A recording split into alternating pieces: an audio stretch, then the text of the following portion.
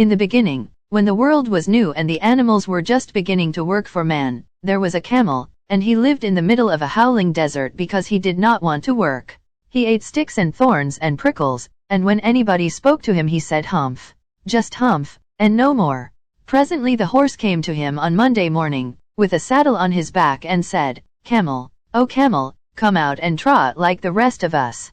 "Humph," said the camel, and the horse went away and told the man. Presently the dog came to him, with a stick in his mouth, and said, "Camel, oh camel, come and fetch and carry like the rest of us." "Humph," said the camel, and the dog went away and told the man. Presently the ox came to him, with the yoke on his neck, and said, "Camel, oh camel, come and plow like the rest of us." "Humph," said the camel, and the ox went away and told the man. At the end of the day the man called the horse and the dog and the ox together, and said, "3, oh 3, I'm very sorry for you, but that hump thing in the desert can't work, or he would have been here by now, so I am going to leave him alone, and you must work double time to make up for it." That made the 3 very angry, and they held a panchayat on the edge of the desert, and the camel came chewing cud and laughed at them. Then he said humph, and went away again.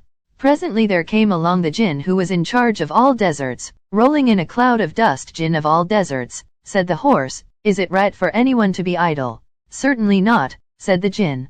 "Well," said the horse, "there's a thing in the middle of your desert with a long neck and long legs, and he hasn't done a stroke of work since Monday morning. He won't trot." "Whew," said the jinn whistling, "that's my camel. What does he say about it?" "He says humph, and he won't plow," said the ox. "Very good," said the jinn.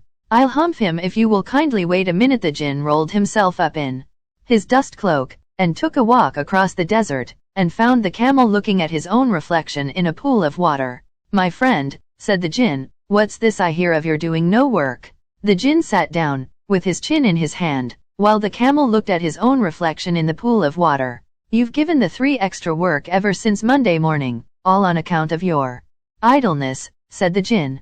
And he went on thinking with his chin in his hand. "Humph," said the camel. "I shouldn't say that again if I were you," said the jinn. "You might say it once too often. I want you to work." And the camel said humph, again, but no sooner had he said it than he saw his back, that he was so proud of, puffing up into a great big hump.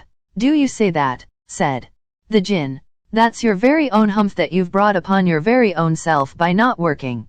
Today is Thursday, and you've done no work since Monday, when the work began. Now you are going to work." "How can I," said the camel, "with this hump on my back?" "That has a purpose," said the jinn, "all because you missed those 3 days. You will be able to work now for 3 days without eating, because you can live on your hump, and don't you ever say I never did anything for you. Come out of the desert and go to the 3, and behave." And the camel went away to join the 3. And from that day to this the camel always wears a hump. We call it hump now, not to hurt his feelings, but he has never yet caught up with the 3 days that he missed at the beginning of the world, and he has never yet learned how. Please like, share and subscribe to my channel for more such videos.